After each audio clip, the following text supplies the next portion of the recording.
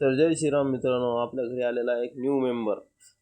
कालच रात्री आपल्या म्हैशीने रात्री आपल्या एका वासराला जन्म दिलेला आहे. तर म्हैस पण बघू शकता आपण, एकदम छान कंडिशनमध्ये आहे. फक्त अडचण एवढीच झाली आहे की तिने जार पडायला थोडा उशीर केलेला आहे. त्यामुळे झाले असे की तिच्या पोटामध्ये जार थोडा राहिलेला आहे. तर आपण ते गर्भाशय सफा करण्यासाठी आता तिला औषध पाजणार आहोत. म्हशीची कंडिशन आपण पाहू शकता, एकदम मस्त आहे. छानपैकी ऑर्डर पण बनवलेला आहे म्हशीने.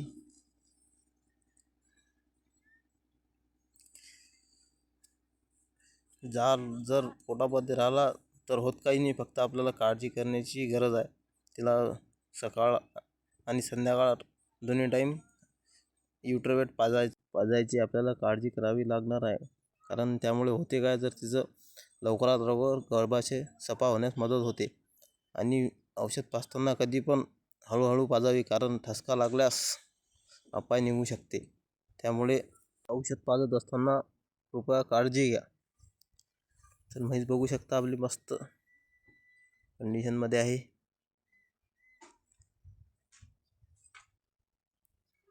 या म्हशीचे आपल्या घरी चौथे वेत आहे.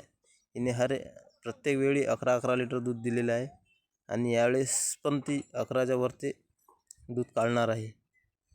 कारण तिने यावेळेस खूप छानपैकी ऑर्डर बनवलेले आहे आणि आपण तिची पूर्णपणे सोय केलेली आहे.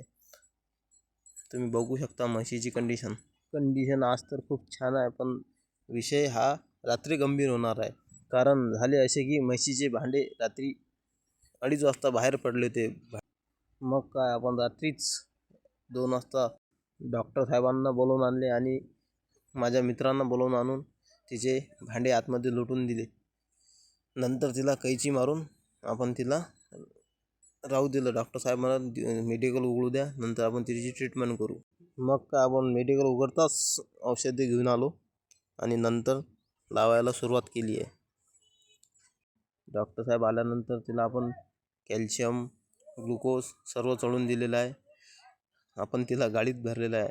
याचे कारण असे की तिचे भांडे बाहेर पडत होते आणि भांडे बाहेर न पडण्यासाठी तिला पाहिजे होता गड्डा. तर गड्डा नसल्यामुळे आपण गाडीमध्ये म्हैस भरली, गाडी उतारावर लावून दिली.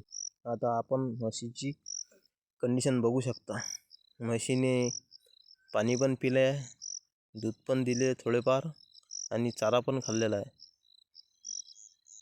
म्हशीमध्ये खूप चांगल्या प्रकारे बदल आलेला आहे. तर धन्यवाद मित्रांनो.